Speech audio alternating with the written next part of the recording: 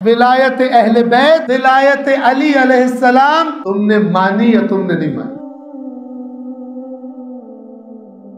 कि क़यामत के दिन जब तमाम नेमतों का सवाल हो रहा होगा, वहां पर एक अजीम तरीन नेमत यानी विलायत का भी सवाल पूछा जाएगा कि विलायत अहले बैत, विलायत अली अलैहिस्सलाम तुमने मानी या तुमने नहीं मानी?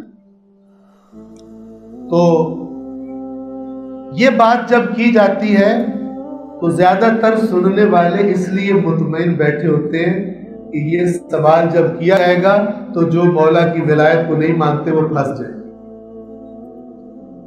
लेकिन ये आधी बात,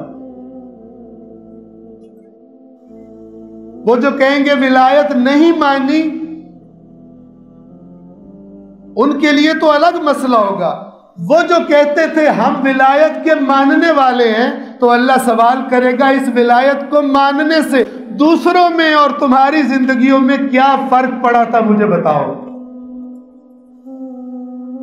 अली को अपना मुरब्बी, रसूलुल्लाह के बाद अली को अपना मुरब्बी और उस्ताद और इमाम मानने के बाद मुझे बताओ इस विलायत को मानने वालों में और विलायत को ना मानने वालों की जिंदगियों में लोगों को क्या फर्क दिखाई देता था? तुम्हारे काम कैसे मुख्तलिफ थे? किस चीज में तुम्हारा फर्क आया होता?